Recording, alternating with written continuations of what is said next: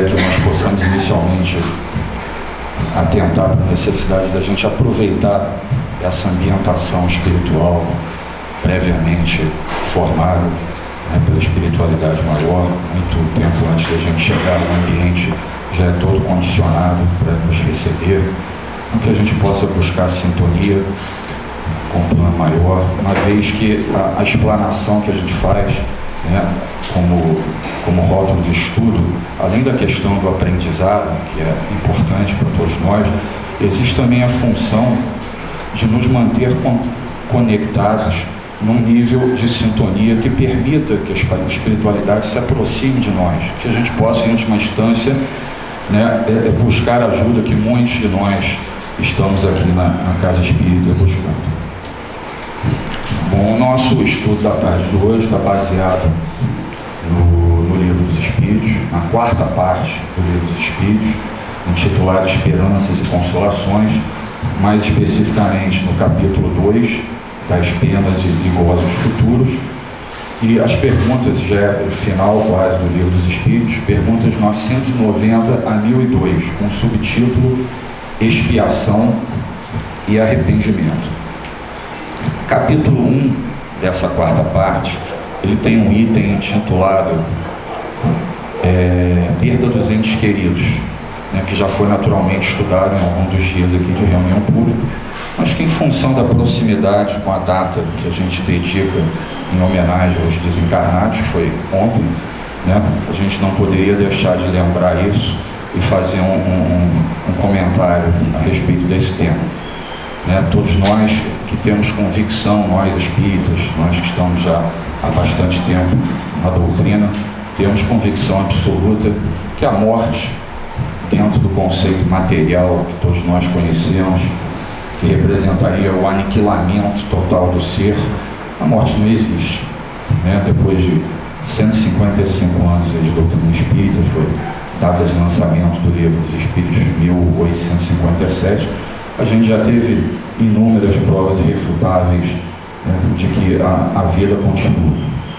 Então, para todos nós que em momentos como esse temos um aumento daquela saudade, daquela lembrança, muitas vezes de tristeza, que a gente possa ter a convicção de que nós estamos momentaneamente separados daqueles seres que amamos, que eles estão absolutamente vivos, somente num outro plano de existência, e que principalmente recebem as nossas impressões mentais. Importante que a gente possa cultivar o que eu chamo de saudade saudável, né? Aquela coisa de lembrar de uma forma alegre, porque isso só vai beneficiar quem já nos antecedeu. Então, quando a gente fala em morte, né, em desencarnação, o indivíduo, quando ele muda de fase e vai para o plano espiritual, assim como um viajante que, ao se deslocar para uma outra cidade ou para um outro país, ele leva uma bagagem, nós também levamos uma bagagem quando nós desencarnamos, só que uma bagagem essencialmente moral, ou seja, nós reunimos de forma resultante tudo que pensamos, tudo que sentimos, tudo que criamos, as nossas atitudes, aquele fator resultante final vai se constituir na nossa bagagem, aquilo que a gente vai levar para o mundo espiritual quando desencarnar. E é o que vai caracterizar a nossa condição de desencarnado. Né? Que tipo de percepção a gente vai ter quando desencarnar, se a gente vai perceber com maior ou menor demora, se a gente vai ter um maior nível ou menor nível de confusão mental, que ambiente, que plano da espiritualidade a gente vai habitar, com que desencarnados nós vamos conviver, enfim, o nosso conteúdo moral, né, aquilo que representa a nossa moralidade, que por sua vez representa tudo aquilo que nós praticamos na nossa vida atual, é a condição que vai determinar a nossa futura condição espiritual. Quando a gente fala em bagagem, me veio à mente, né, na hora de preparar essa explanação, aquela questão de quando o indivíduo vai vai viajar de avião, e ele chega lá então no balcão da companhia aérea, vai fazer o check-in, né? Ele confirma o voo, a passagem, e ele traz a sua bagagem, suas malas, ele despacha aquilo, faz então o seu voo, chega ao seu destino, e depois, quando ele chega ao seu destino, o que ele vai reencontrar? A sua bagagem.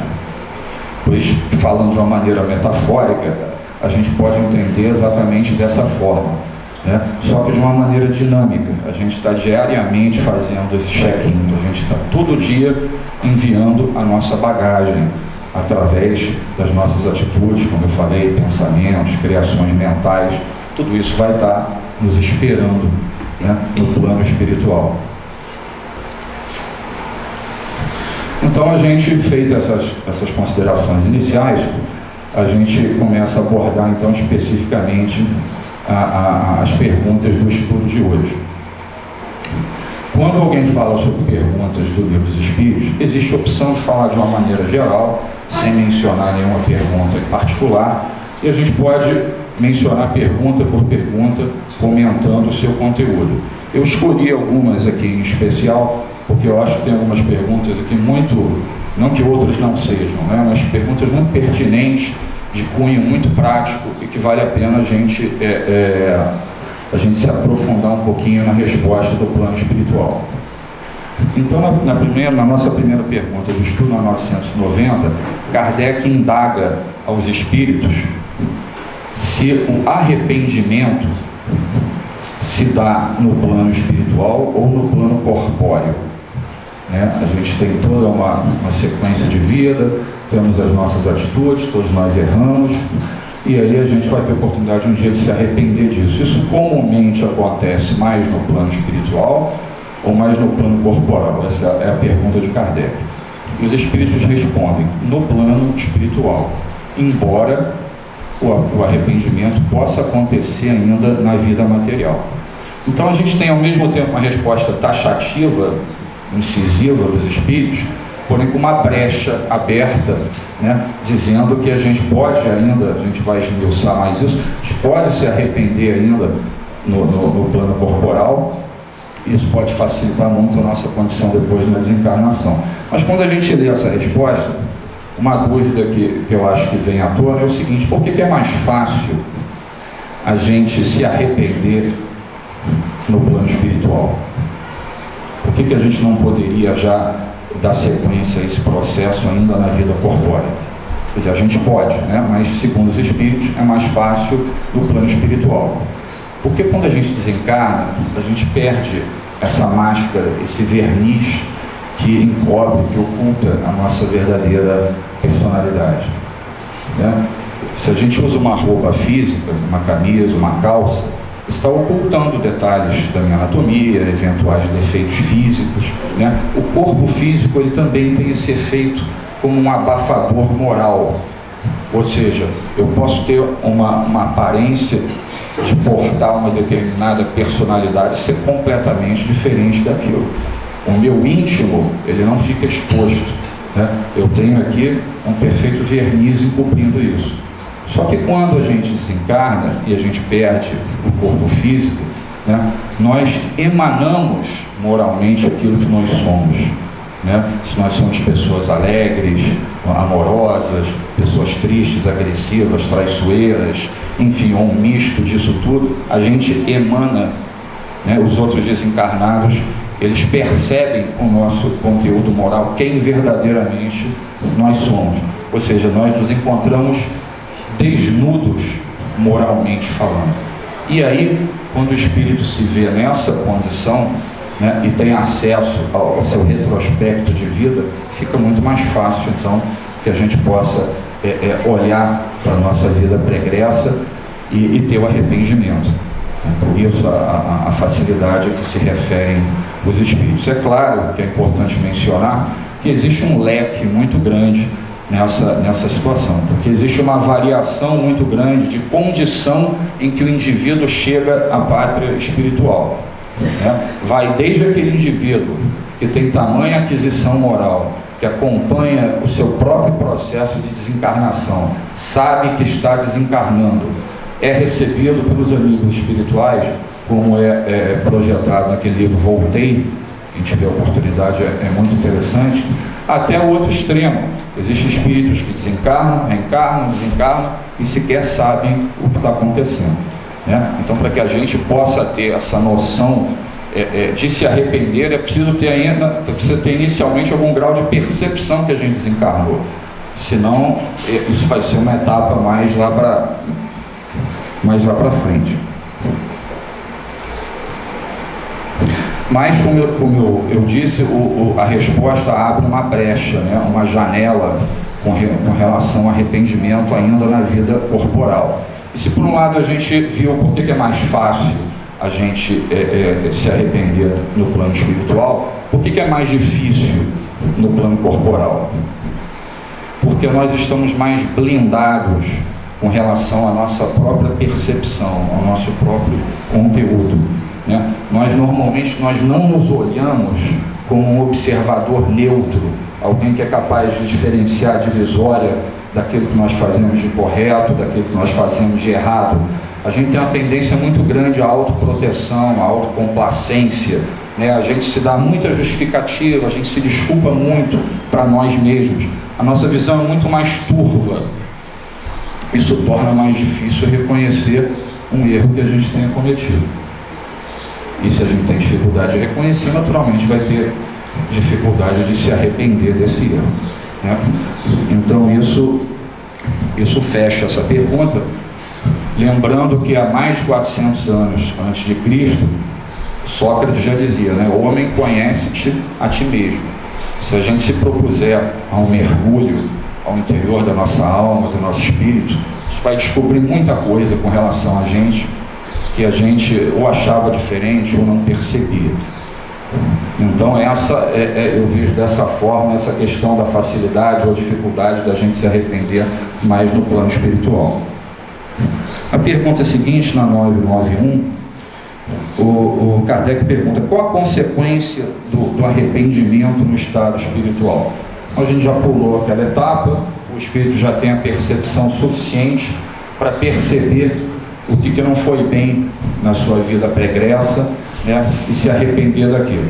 Uma vez arrependido, então, como diz a questão, qual é a perspectiva do espírito?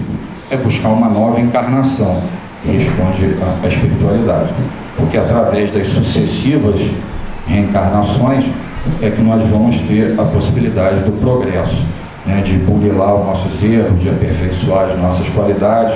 Então, o espírito, uma vez liberto do corpo físico, tendo percebido o que ele fez de negativo, ou o que ele deixou de cumprir em termos de proposta evolutiva, a sensação inicial dele é de querer voltar, né? E de querer poder reconstruir. E nessa pergunta ele cita duas outras perguntas de capítulos diferentes, que a gente pode interpretar como subitens. Uma é 332, né? Que ele diz que os espíritos podem antecipar ou adiar essa volta ao plano terrestre. Isso é tranquilo de entender, porque isso vai representar muito a questão da nossa própria personalidade, né? Existem pessoas que são mais decididas, não, eu quero resolver isso logo, não quero deixar para depois, né? Isso eu digo no nosso cotidiano, às vezes com pequenas coisas. Tem aquelas pessoas que têm o que a gente puder empurrar para depois, a gente vai empurrando. Então a gente mantém essa característica, né? As nossas características todas vão conosco para o plano espiritual. Então, uma vez percebendo a necessidade do retorno, tem aquele espírito que quer retornar logo e tem aquele que se desencoraja. Então, a gente vê, tem muitos exemplos disso. Separei um exemplo do livro Memórias de um Suicida, da Ivone Pereira, onde indivíduos que se suicidaram depois de passarem por todas aquelas dificuldades que a gente já conhece, eles são atendidos então na colônia espiritual, já estão mais conscientes de tudo que aconteceu e cientes que eles vão precisar um dia reencarnar.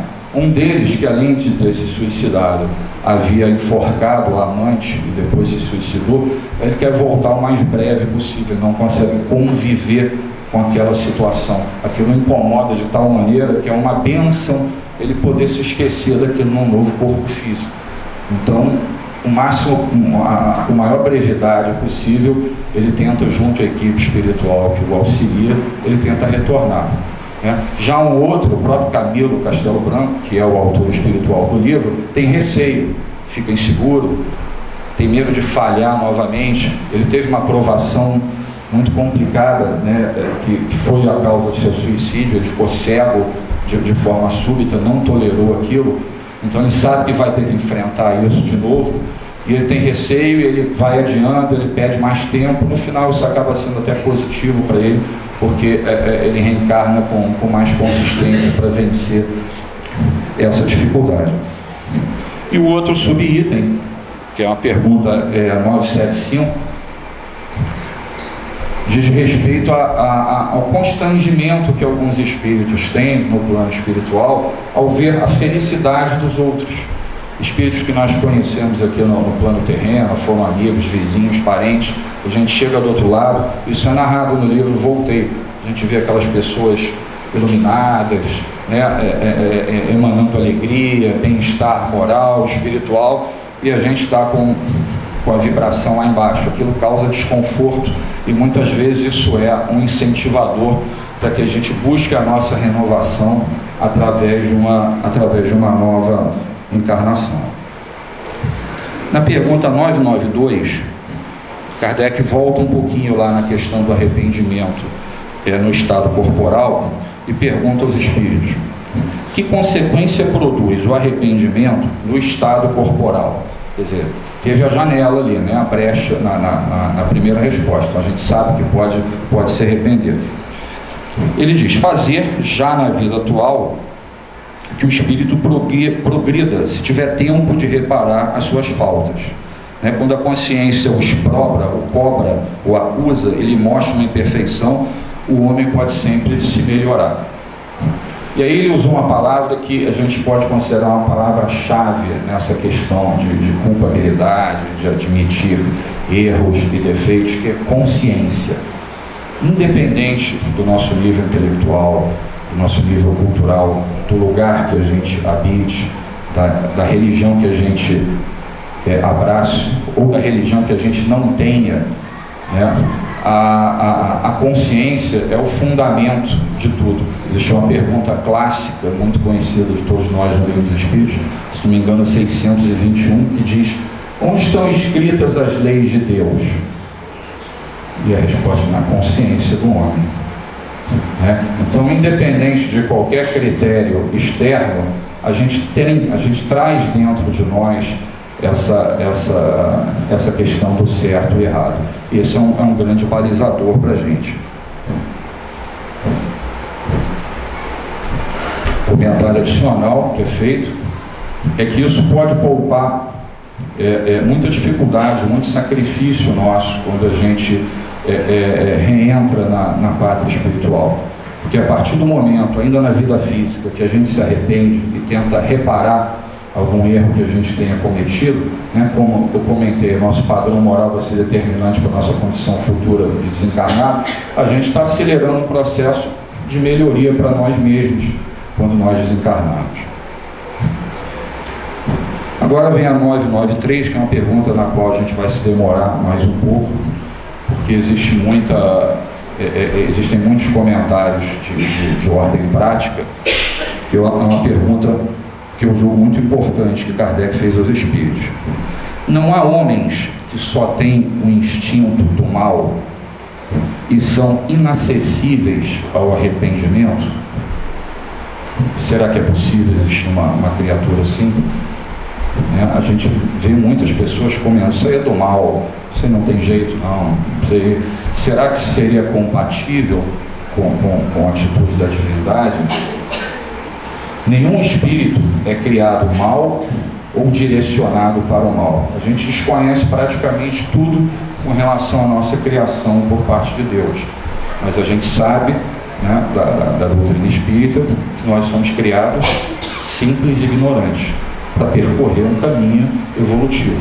E aí a gente vai tomar contato com ambos os segmentos, com o bem e do mal, a gente vai fazer as nossas escolhas.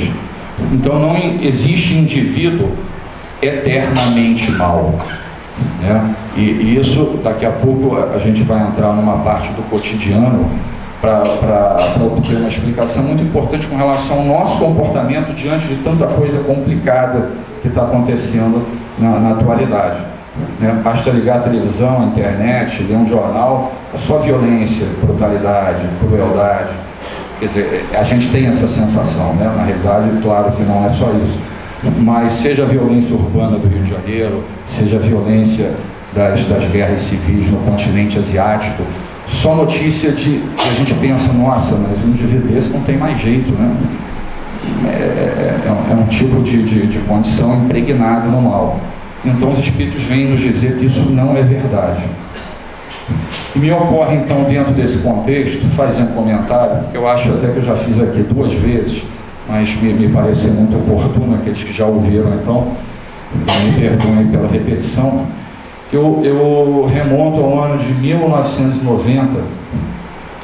Eu era ligado na casa de Leon Denis, né, dirigida pelo Altivo, onde conheceram aqui o Altivo, já desencarnado, mentor espiritual dirigente da casa do Dr. Erno, e havia situações onde o Altivo dava passividade ao Dr. Erno, e era possível, por breves momentos, porque era muita gente querendo ter um contato direto com orientação espiritual, era possível conversar com o Dr. Erno através do Altivo.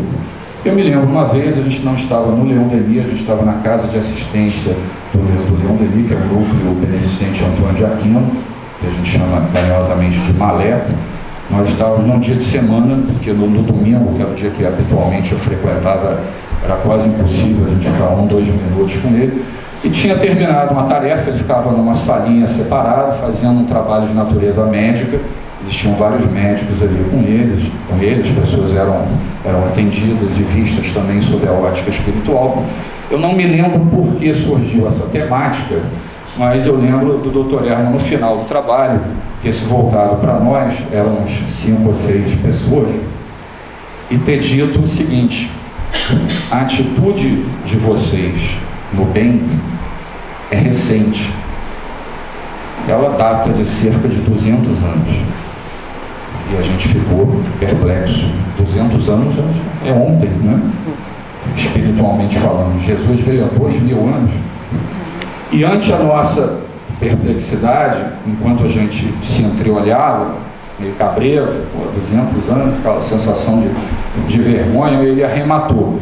E quando eu digo atitude no bem, na realidade eu quero dizer uma não atitude deliberada no mal. Ou seja, não tem nenhum bonzinho aqui, diplomado, qualificado. Esse comentário é meu, naturalmente.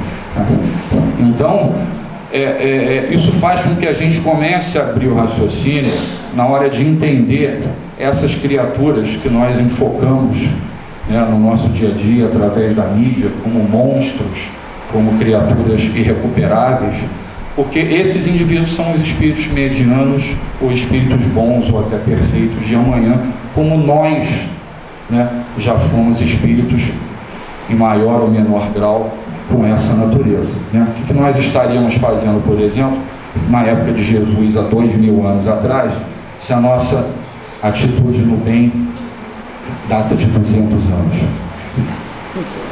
Então tem um exemplo muito interessante na literatura espírita. Eu vou recorrer de novo a Ivone Pereira, que tem um livro chamado, eu vou colar aqui, Ressurreição e Vida, de Leon Tolstói. O Leon Tolstói é escritor russo mesmo, ele foi autor espiritual. Essa obra se ambienta na Rússia do século XIX, e os capítulos são separados por histórias que contam os vários tipos de dor e dificuldades dos seus personagens, mas dando um enfoque espiritual, algumas vezes traçando todos os bastidores espirituais da situação. Então, num capítulo desse especificamente, intitulado Paralítico de Kiev, Kiev é uma cidade que atualmente é a capital da Ucrânia, né? Na época era tudo uma coisa só, era a Rússia. Esse capítulo conta a história verídica de um capitão do exército russo chamado Dmitri, e que era um nobre né, e era riquíssimo, tinha vastíssimas propriedades, e que fica paraplégico em combate. E a partir daí ele se afunda numa situação depressiva, é uma pessoa de difícil abordagem pessoal, tem todos aqueles serviçais ao seu redor, mas ele não se conforma com aquela situação, até que num determinado momento, uma criança, as crianças são mais despojadas, né, não tem papas na língua, uma criança se vira para o Dmitri e diz o seguinte: ó, você está triste aí? Queria ver se você estivesse no lugar do meu primo, o fulano. Faz um comentário sobre um rapaz que vivia nas terras do Dmitri e que tinha um determinado problema físico que o incomodava muito. Isso é o marco do despertamento desse companheiro, que ele fica curioso de conhecer aquilo. Veio de uma criança com tamanha espontaneidade, ele vai até o local, se impressiona com a dificuldade, aquilo começa a ser a primeira semente de entendimento dele com relação ao sentimento, ele ajuda financeiramente, e a partir daí começa a haver uma sequência, eu acho que isso não é coincidência, onde cada companheiro que ele visita e ele se condói pelo sofrimento, diz para ele: não, ele é pior do que eu ainda tenho um ciclano. Aí ele vai até o ciclano, ele conhece a história de vida, e só que nessa sequência os sofrimentos são cada vez piores, cada vez mais atrozes, né? E isso, o tempo vai passando, as propriedades dele são vastíssimas, ele vai viajando de lugar em lugar, até que ele chega a um indivíduo que representa o top daquele sofrimento todo, um indivíduo chamado Kozlovsky, que era cego, era paraplégico, né, era paralítico, e tinha o corpo totalmente deformado pela hanseníase, pela lepra. Os lábios, as órbitas, os membros eram tocos. É descrita no livro, para quem o vê pela primeira vez, como uma criatura monstruosa, alguém que causa repugnação, e causou. Os servos do Dmitri o abandonam quando tem contato com essa criatura. E ele só sobrevivia por conta de uma outra criatura também numa situação muito difícil, que era um anão chamado Cal, né? E que, como ele era absolutamente impotente para qualquer coisa, para se cuidar, o Cal é que cuidava dele, né? Então o livro mostra esse cenário de intenso sofrimento, só que com um adendo muito interessante. Nós estávamos aí por volta de 1870. O Livro dos Espíritos tinha sido lançado, como eu disse no início, em 1857. Kozlovsky e Cal já tinham travado contato a respeito da doutrina espírita, até porque existia uma base sólida de apoio a Kardec na Rússia, através do Alexander Aksakov, né? Já publicou um livro importante chamado Animismo e Espiritismo.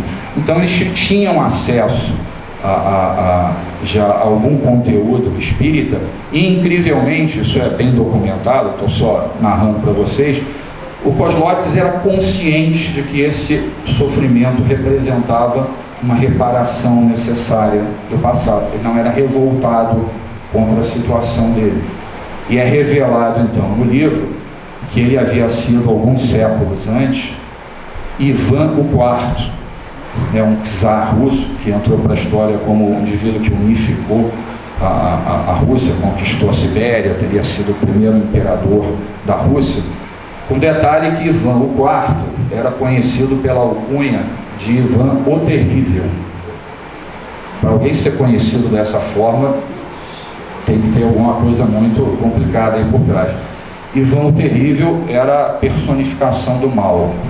Era um indivíduo extremamente cruel, né? Entrou para a história, ele assassinou várias esposas, o filho, ele se comprazia em torturar os inimigos, ele levava os filhos pequenos desses inimigos para ver os pais torturados. Parar por aqui, você só dá uma impressão de como era o conteúdo de brutalidade, ignorância espiritual desse indivíduo. Aí eu pergunto para vocês, alguém naquele momento poderia dizer que Ivan o Terrível seria passível de recuperação?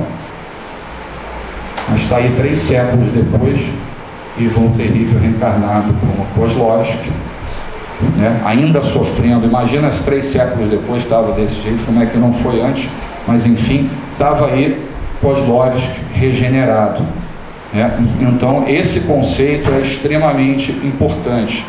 Todos nós somos passíveis de regeneração, e essa regeneração vai acontecer. O elemento diferenciador vai ser o tempo. A gente pode ficar séculos ou milênios nessa condição, que só vai agravar o nosso sofrimento, mas existe essa recuperação. Então isso faz com que a gente, ainda mais nós que nos intitulamos espíritas, que a gente tenha um outro olhar a respeito desses monstros que a mídia veicula para a gente. Porque a gente está olhando, na realidade, para companheiros que, seja lá quanto tempo passe, vão se recuperar.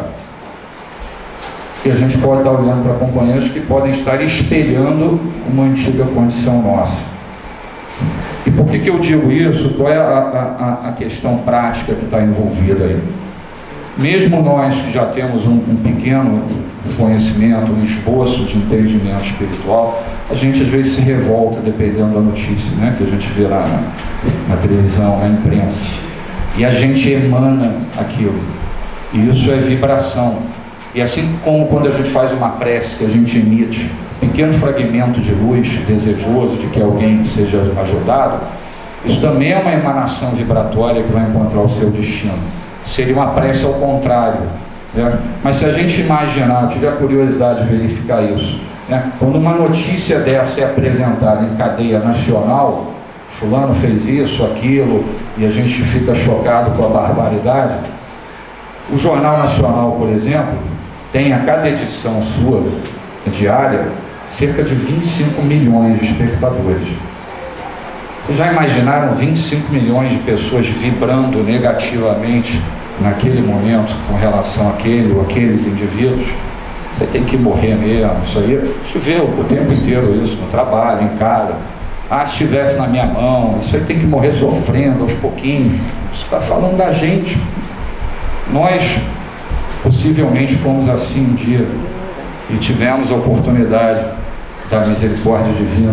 Eu sei que é muito complexo, é difícil falar sobre isso, eu corro o risco de ouvir algo do tipo assim, eu queria ver se fosse com você ou com a sua família. Na realidade a gente não sabe nem como se comportaria numa situação dessa, né? Pode ser que a gente tenha enorme dificuldade, mas pelo menos a gente tenta abraçar o conteúdo moral que é passado para a gente nesse tipo de circunstância. De modo que as pessoas comentam, é por isso que tem que ter pena de morte no Brasil. Não dá para deixar passar uma coisa não. E a gente que já tem outro entendimento, como é que a gente enfoca isso? Não tem morte, né? Vai ser mais um lá no plano espiritual grosseiro a compartilhar da perturbação que vai chegar à própria humanidade encarnada. São de menos, mas o mais importante é que, do ponto de vista moral, assim como o indivíduo não tinha o direito de fazer o que ele fez, não tinha o direito, por exemplo, de tirar a vida de uma outra pessoa, nós também não temos esse direito, né? Ainda mais de maneira fria, calculada. Então isso é só uma pincelada, né? O objetivo não é esse, mas para a gente fechar, então, para a gente amarrar esse entendimento de como a gente deve lidar com esse tipo de situação no que se relaciona ao indivíduo embrutecido. Se a gente não pode ainda, que seria o ideal, né, se compadecer dessas pessoas, se ainda não está no nosso íntimo a gente ouvir uma notícia dessa e fazer uma prece, né, que seria a representação mais verdadeira do ensinamento de Jesus, que a gente possa pelo menos se abster de emanar toda uma gama de sentimentos negativos com relação a essas criaturas.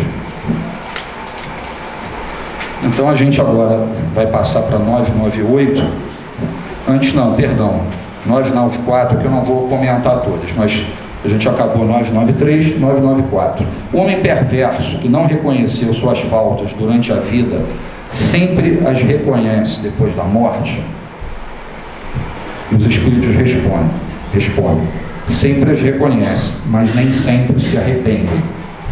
Ué, mas todo mundo se arrepende um dia? Nem sempre se arrependem rapidamente ou de imediato, né?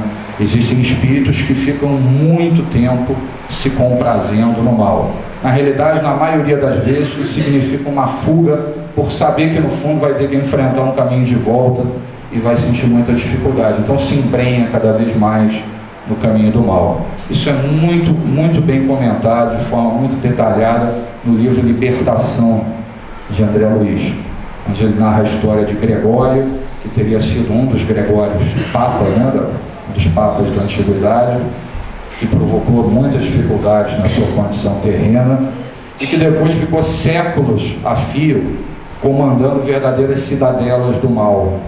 Isso pode parecer um pouco chocante, pode parecer um excesso de criatividade, mas a gente está nisso há muito tempo, ainda mais a gente trabalha em mesa mediúnica, a gente vê isso muito de perto, né?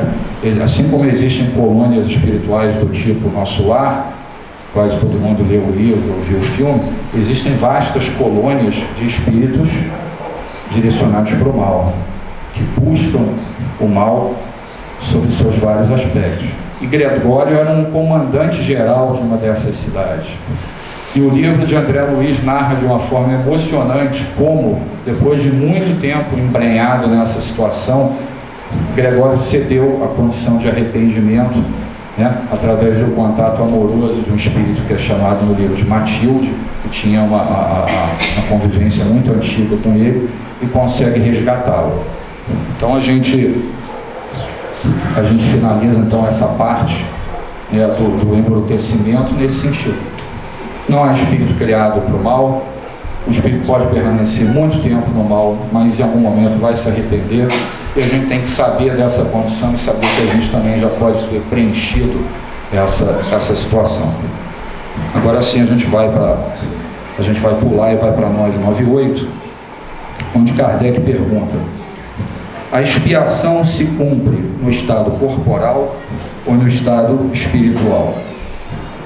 E os espíritos respondem: durante a existência corpórea, pelas provas a que o espírito se submete. Então a gente pode ter impressões morais muito dolorosas do outro lado, mas a gente vai botar em prática essa reparação aqui no plano terreno. Primeiro passo: se arrepender. Se arrependeu, agora a gente tem que reparar.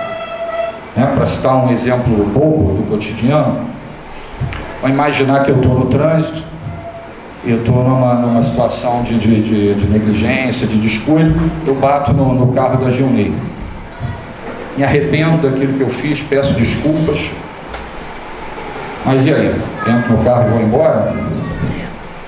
E o prejuízo que eu causei a ela? Vou fazer uma comparação bem grosseira de propósito. Eu causei um prejuízo, eu preciso reparar, não basta ficar arrependido. Então a gente pode enfocar isso para as demais condições morais e espirituais nossas. A gente precisa expiar, que é o subtítulo dessas perguntas. É uma palavra que vem do latim, que pode ter vários significados no dicionário, mas eu acho que o significado que melhor entendimento dá para nós é reparação. Então, vou ver se a gente já entra agora na sequência de terminar. Quando a gente está diante de uma situação que a gente tem certeza que não está sofrendo por ter causado nessa vida atual, porque isso acontece muito, né? Às vezes a gente tem muita dificuldade ao sofrimento por coisas que a gente mesmo teve uma relação de culpa, mas não consegue enxergar. Mas existem aquelas situações em que a gente tem certeza que não fiz nada para merecer isso que eu estou passando, né? Isso já aconteceu certamente com todos nós. Por que eu estou passando por isso? A gente vai encontrar a explicação disso em toda essa nossa sequência de encarnação, desencarnação, a necessidade de reparação. A gente tem um filho difícil, complexo em casa, um cônjuge, um marido, uma esposa, e pode estar ali um indivíduo que a gente foi responsável porque ele decaísse numa encarnação anterior, está lá junto de nós agora para a gente reparar. A gente tem um chefe prepotente, arrogante, que às vezes nos constrange, nos humilha, né? E a gente pode estar ali vivenciando uma situação de um perfil nosso de prepotência e arrogância de uma situação passada. Tem a moléstia, aquela moléstia crônica, arrastada, difícil, né? Tá aí o câncer, pode representar um abuso orgânico do passado, né? Pode representar um prejuízo a alguém no sentido físico, pode representar impregnação perispiritual, por a gente alimentar sentimento de mágoa, de raiva, de desejo de vingança, mas certamente a gente está ali reparando aquilo. Uma situação financeira catastrófica, difícil, quem será que a gente pode ter levado à bancarrota numa outra existência? Uma desilusão amorosa, uma traição conjugal com consequências graves, né? Então a gente para pensar e não pode haver injustiça. Porque se houver injustiça, fica impossível acreditar na ideia de um Deus soberanamente bom e justo. E atrelado a esse raciocínio, vem a questão da reencarnação. Porque se eu acredito que Deus é infinitamente bom e justo, e eu tenho uma vida só, fica impraticável o raciocínio, né? É impossível estabelecer uma conexão entre bondade e justiça e uma existência só. Eu sou pobre, ela é rica. Eu sou feio, ela é bonita. Eu tenho doença, ela é saudável. Eu fico restrito aqui ao meu mundinho, ela conhece o mundo todo. Pessoas nascem com deficiências, pessoas perdem entes queridos em fase precoce, com leucemia, com uma série de doenças graves. A gente vive uma vez só, então por que esse Deus infinitamente bom e justo teria permitido isso? Então é importantíssimo que quando a gente esteja frente a uma dificuldade qualquer, eu dei alguns exemplos, são inúmeros os exemplos, que a gente tem essa concepção. A gente está reparando, muitas vezes a gente implorou no plano espiritual por reparar, né? Assim como o exemplo que eu citei daquele suicida que não aguentava ver a imagem do seu suicídio e do assassinato da companheira, e a gente agora muitas vezes não tem força para ir adiante. Mas o conhecimento associado à fé, associado à boa prática moral, associado à caridade, né, a preocupação com o outro, isso é uma coisa que vai nos estabilizando. E muitos de nós que chegamos à casa espírita, né, de forma deplorável, sabemos disso. Então esse conhecimento enraizado, como disse Jesus, conhecereis a verdade vos libertará, né, nos libertará do grilhão do sofrimento, da revolta, o sentimento de injustiça, já que não pode existir injustiça com Deus soberanamente bom e justo. E se eu tiver mais 5 minutinhos, eu fecho um outro raciocínio, que a gente normalmente quando conversa sobre isso, cai numa questão muito comum, que vem ou das pessoas que estão revoltadas com aquela situação, ou vem dos críticos do espiritismo. Pô, por que eu não me lembro, então? Eu estou sofrendo isso tudo aqui, porque eu fiz, mas eu não lembro de nada, isso é injusto. Pô, eu quero saber. Será que a gente gostaria de saber realmente? Para aquelas pessoas que têm interesse nesse conteúdo, tem um livro espetacular que é O Problema do Ser, do Destino e da Dor, de Leon Denis. Ele fala bastante sobre essa temática. Dá um exemplo muito simples que eu gravei. A gente às vezes passou por uma dificuldade muito grande, por exemplo, na vida atual, na juventude, com 20 anos de idade. 20 anos depois a gente diz: caramba, eu queria tanto ter apagado isso na minha cabeça, eu queria tanto não me lembrar que eu passei por isso, mas isso, infelizmente, eu continuo me lembrando. Já superei isso, já passou, mas isso está aqui. Agora imagina então coisas de outras existências. Eu tive a oportunidade na década de 80 de assistir uma palestra de um jornalista espírita chamado Luciano dos Anjos. Ele escreveu um livro chamado Eu Sou Camille Desmoulins. Camille Desmoulins foi, junto com Danton, Robespierre, né, foi um dos artífices da Revolução Francesa. Ele disse na época o seguinte: ainda tem em torno, naquela época, década de 80, em torno de 200 mil reencarnados aqui no Brasil espiando em função da Revolução Francesa. Se a gente recuar um pouco mais e lembrar do massacre dos huguenotes, né, que está em Voragens do Pecado, da Ivone Pereira, século XVI, onde milhares de protestantes foram trucidados pela Igreja Católica só porque eram protestantes. As pessoas invadiam as casas com uma cruz no peito, representando, né, o Cristo. Isso é até um paradoxo falar isso, né? E degolavam crianças, mulheres, idosos. Será que a gente quer se lembrar que a gente podia ser um desses fiéis daquela época?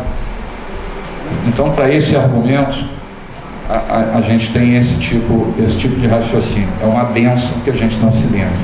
Basta a gente saber que dentro da justiça infinita do Pai, a gente está exatamente no lugar que a gente tem que estar, passando exatamente por aquilo que a gente tem que passar, e que, se a gente se permitir, como estar num lugar como esse, a gente vai ser muito ajudado. Que a gente possa refletir, que a gente possa principalmente ficar em paz. Obrigado pela atenção.